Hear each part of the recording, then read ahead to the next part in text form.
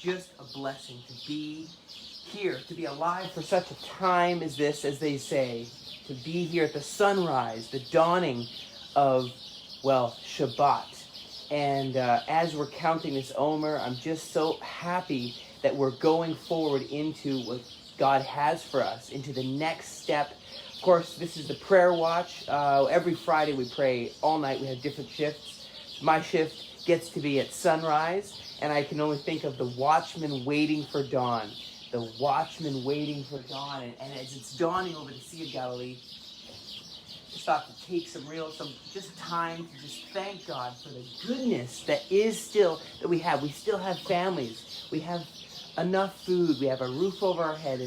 And Lord, we just thank you for and if there's anyone, Lord, who has any needs, we pray you'll meet their needs that are, Lord, that especially faith. Number one, meet us in the area of faith. Help our faith to grow.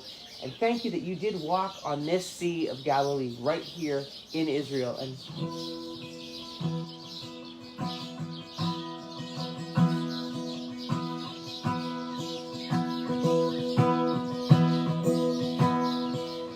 I was thinking of Ishmael, very interesting.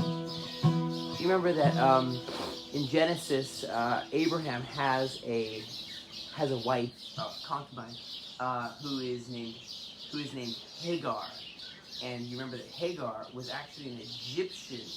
She's Egyptian. And so Abraham, and you remember with Sarah, and she was barren, she couldn't have any children, and she was waiting for the hope. Abraham was waiting for this hope of the seed that would bring a redemption, would bring a redeemer. And you remember that he talks about his descendants being if the stars, if you can count the stars, well, you can't see them anymore. The stars are gone right now. But if you would have been waiting with us for the morning, as the watchman wait for dawn, you would have waited with me here. Now the sun's already dawning. It looks awesome. But so he's waiting for this promise. He's waiting for this promise, and he's saying, "When is it going to happen, Lord?" And then I just thought, how interesting is it that suddenly Sarah has this idea. Why don't you try to see if you could fulfill the promise through Hagar, your handmaiden? And so there's this struggle that develops after Ishmael is born. Ishmael is the son of Hagar and Abraham. I think it's Genesis 26. And so Sarah was trying to help God fulfill his word. But you know what happens in the end of the story, that of course Sarah does give birth. She was even laughing, saying, "You think I could give birth in my old age?" She does end up giving birth to Isaac, Yitzchak. He will laugh. That's what his name means. He will laugh because she laughed. Remember, and the angel said, who laughed? He said, "Did you laugh, Sarah?" And she's like, "No, I didn't." But his name is Yitzchak. But here's the cool thing about this love specifically between Egypt and Israel. And it just brings us right back to Isaiah 19, right? Where it says that there will be an altar in the future to the God of Israel. And it talks about this Via Maris, right? It talks about this way of the sea. The Romans called it the Via Maris. And it's not the way of the sea, Mediterranean Sea. It's the way of, camels don't like salt water. Okay, it's the way of the Sea of Galilee. This was the ancient way, an ancient actual road, Via Maris, the way of the Sea of Galilee. And along this way, there's going to be a highway of peace, Isaiah 19 says, and it's going to go all the way down to Egypt. And it says, of course, you know, the famous quote, which says, "And they three will be one." It says, "Egypt, my people." Egypt, my people. Imagine how cool that is for Ishmael. Egypt, my people. You know, Assyria, my handiwork. Syria, right over there, Assyria. Not that far. I mean, that's the Golan Heights of Israel, but you go over after the Golan Heights of Israel, the tribe of Manasseh, you get to Syria. And it was called Assyrian Empire. And so, Egypt, my people. Assyria, my handiwork. And Israel, my inheritance. Can you believe that the story wasn't over? You know, the God who sees. The story wasn't over when Hagar was wandering in the desert with her son Ishmael, kicked out of the tent, and Abraham's tent. It wasn't over. In fact, he says, hey, he will become a mighty nation with 12 princes. The promise. You know there's 12 great imams. I do believe that these 12 princes will once again be reunited with with Abraham's tent, because that's what it says in Isaiah. And it's a beautiful light that will dawn on the world. Now we're in COVID crisis. Streets are empty. People are wearing masks. I took mine off now so I can talk. But when we're outside. And but did we forget about the greater kavod? There's going to be a greater kavod. That means glory. Released. Haggai 2 says that it will come upon the earth. And Haggai 2 says there will be peace. I will give a greater glory and I will bring my peace. And I think we're seeing the dawnings of something. Am I right? We're seeing the dawning of something.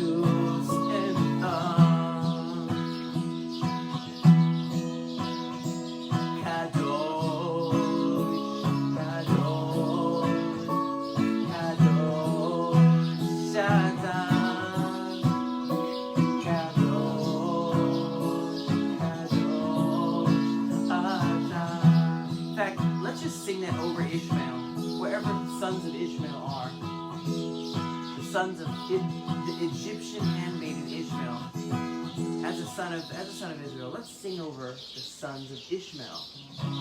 Kudus, Kudus, that's Arabic.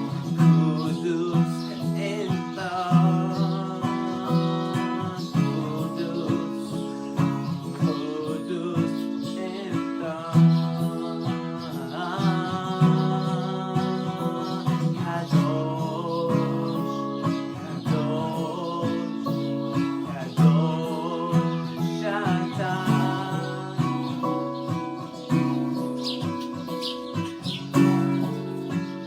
We're waiting for the dawn, right?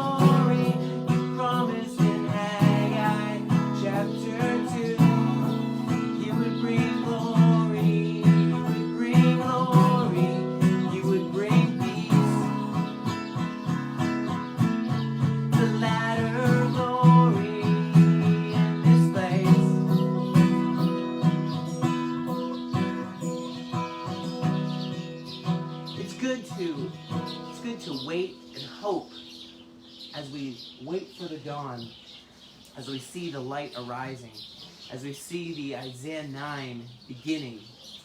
Isaiah 9 says this land that was desolate.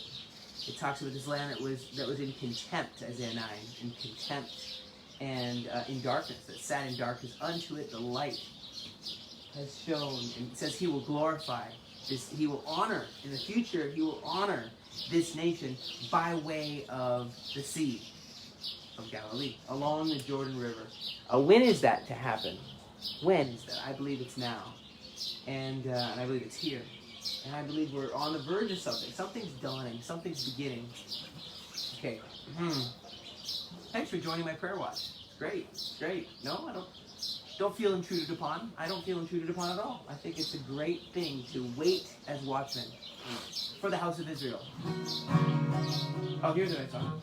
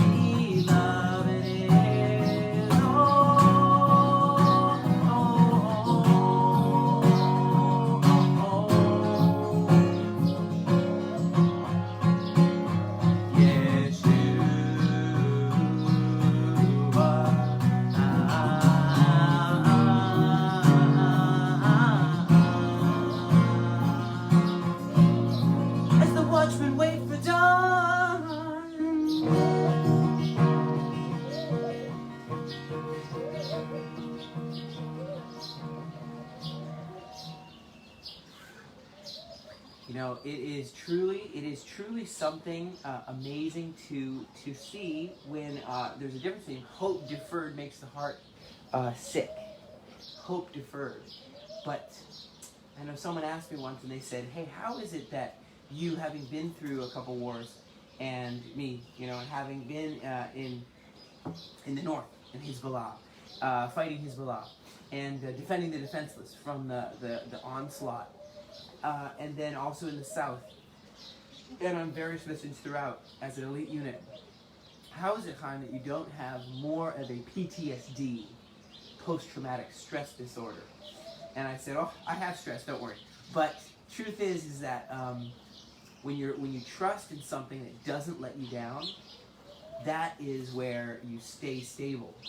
You stay stable, you trust in something that won't let you down. And I think if you trust even all faith in the government, all faith in your best friend, all faith in even your family, hey, sometimes you can be let down. But what you can do is you can trust in the Lord who created us, and be a blessing to your family, be a blessing to your nation, be a blessing to everyone. But don't. They don't. It's the thing is that there's people that can let you down if you trust in man.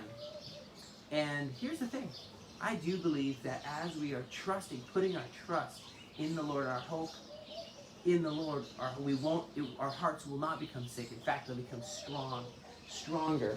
And as we see the day approaching, as we see the day dawning, and it's a Shabbat, it's a Sabbath day, a beautiful day dawning. Now that's the thing. During different prayer shifts, I would get different things. There was one of my prayer shifts was we do Friday all night, right? So one of the prayer shifts opened up the Torah scroll. First thing I opened up to was Leviticus 13 through 15. That was what it was open to. That's where it was at, which talks about if someone is sick, someone is visibly sick, like white spots appear on his skin or whatever, then he is to quarantine for 1 week, 7 days. The priest checks on him, and then he quarantines for another week. That's 14-day quarantine for someone who's sick. It doesn't say for someone who's healthy, but I said, wow, that is very, very interesting thing that it was open to, that the quarantine, that comes from the Bible. And of course, I guess in Latin or whatever, it means 40. And so there was a little over 40 days, but around 40 days of Passover plague on the earth. And all of us were saying, what is God saying through Passover plague? Well, Exodus is one of them. Let my people go so they can worship me. And Exodus. But then also so they can worship me.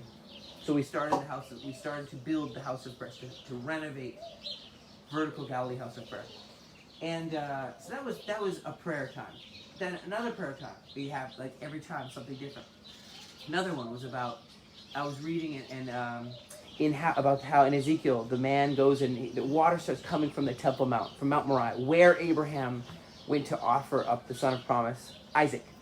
And water starts to flow from the Temple Mount, and it starts flowing down. The river gets higher and higher. A man goes and measures it. It's up to his knees. It's up to his waist. Then finally it's over his head, and he's measuring with this measuring stick, and it flows out of the sanctuary. It's from the sanctuary.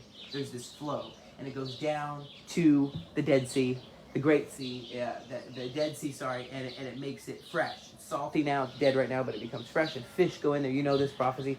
What you might not remember is that on both sides of the river, there's trees that spring up. I found this so interesting.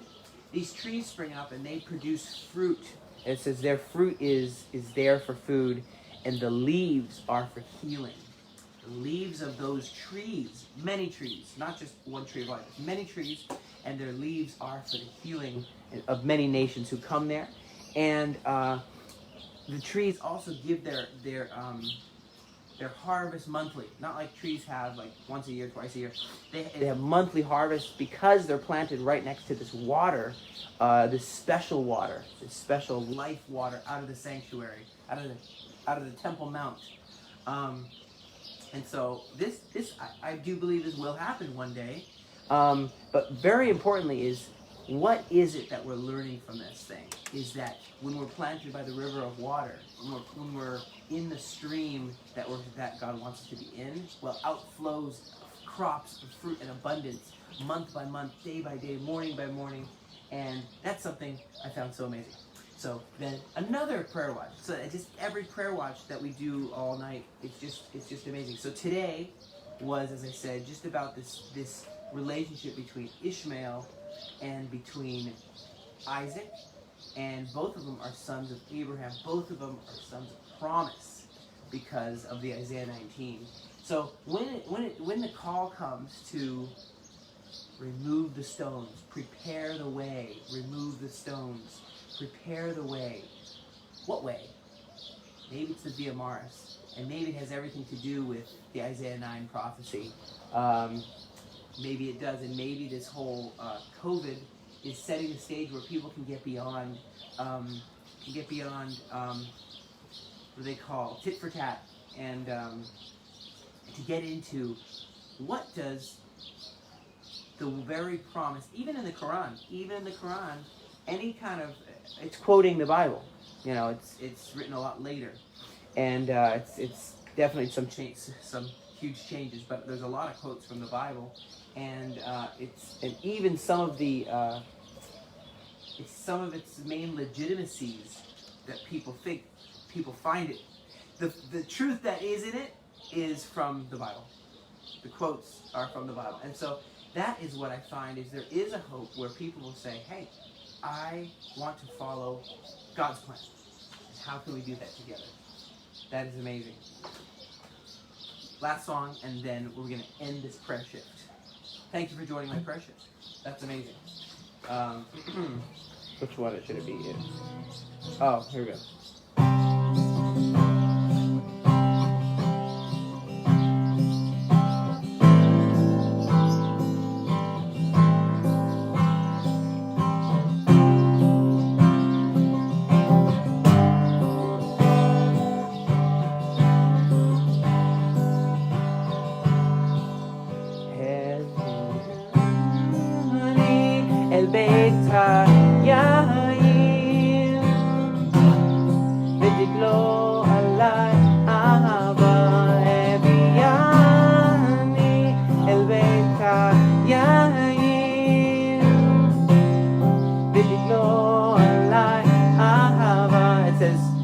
Brought me to your banqueting table, and your banner over us is love. This banner is over the whole world.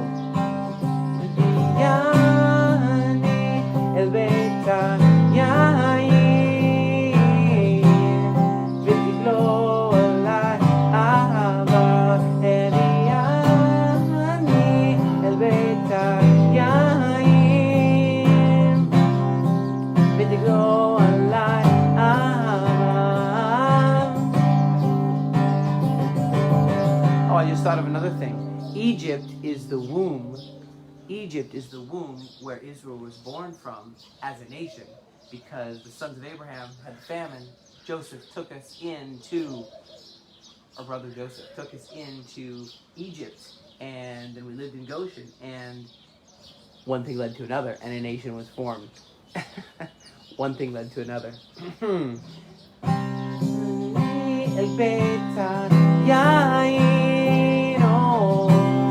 ותגלו עליי אהבה, הביאני אל בית היין, ותגלו עליי אהבה. מה ירידות משכנותיך, אדוני צבאות.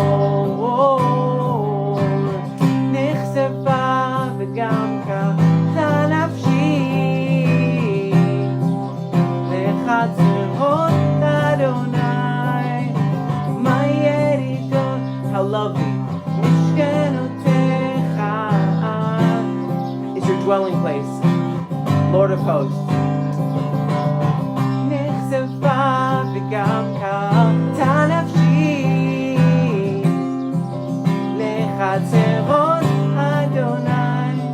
For your courts, how I have longed for your courts.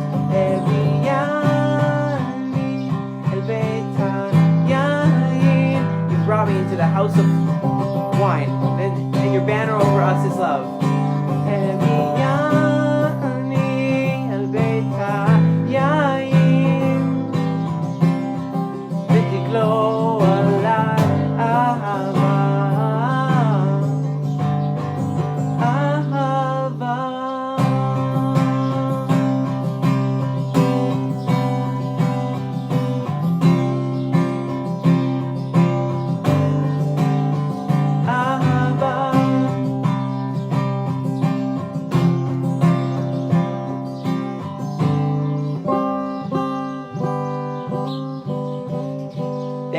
sunrise. There is the moment we've been waiting for and watching for.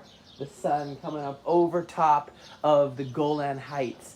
And it is beautiful. It is beautiful. But yeah, in Arabic, if you say, I love you, Anna bahabbak, Anna bahabbak. And then in Hebrew is Ani ohev otach, if it's to a girl. Ani ohev otach, for to a guy. Ani ohev otcha. Anna bahabbak. Ani ohev otcha. I like to say this side by side. I like to say it. I don't know why. I see, when these prayer watches, you don't know what's going to happen. But I'm going to say, as the sun's rising, I love you, in Arabic and in Hebrew. That's right, I should have tuned the guitar before I was playing. Anna bahabbak. Ani ohev otcha. I love you. Anna bahabbak. Ani ohev otcha. Love, it's about love. Love covers a multitude of sins. Love overcomes the grave. Love rises like a new day. So, can we believe for a new season? I can. I know I can. And, as we end this broadcast, because there's the sun that we waited for, dawning. How did that song go? Oh, that would have been good to have tuned ahead of time.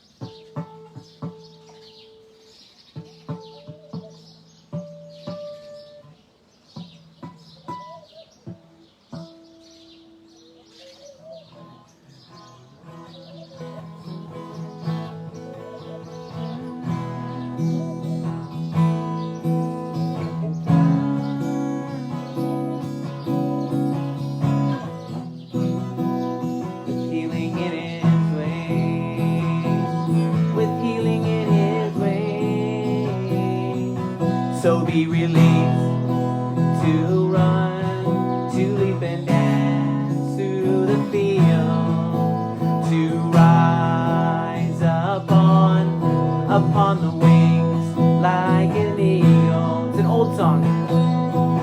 So be released to run, to leap and dance through the field, to rise upon the wings like an eagle. So be released to run, to leap and dance through the fields, to rise upon the wings like an eagle.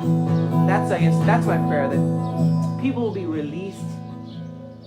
People will be released, both Arabic speaking, Hebrew speaking, be released to run, to leap and dance through the fields. So be released to run, to leap and dance through the fields, to rise upon the wings like an eagle. So be released to run, to leap and dance through the fields, to rise upon the wings like an eagle.